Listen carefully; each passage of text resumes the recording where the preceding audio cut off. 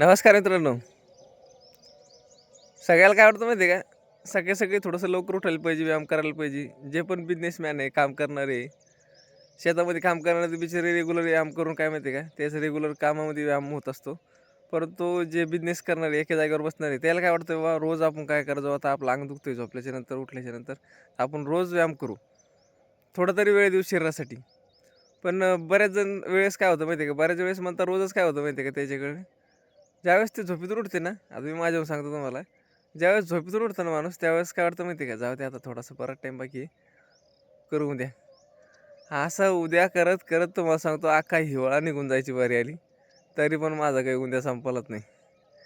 म्हणजे व्यायाम करायची ही बारी जास्त करून 1 महिन्यामध्ये लईत लई 4-5 वेळेस येते. उद्या, उद्या, उद्या आणि सगळ्यात मोठा जीवावर येतो माणसाला. पण काय आहे, एक शरीराची काळजी घ्या मित्रांनो. आरोग्य आहे तर सगळं आहे. त्यामुळं सकाळी सकाळी लवकर उठा. बघा, निसर्गरम्य वातावरणात शेतामध्ये आल्याच्यानंतर आता मी कशासाठी आलो माहिती आहे का? शेतामध्ये हरभरा आहे आणि वन्य राहणार म्हणलं, कारण ते माणसासारखंच खाताय आणि तोडून पण टाकताय.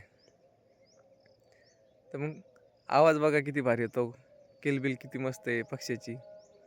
मन एकदम फ्रेश होतं. त्यामुळं काय माहिती आहे का, थोडं तरी सकाळी सकाळी लवकर उठून शेतामध्ये असं यावं असं मला वाटतं. तुम्हाला काय वाटतं? नक्की कमेंट करून सांगा.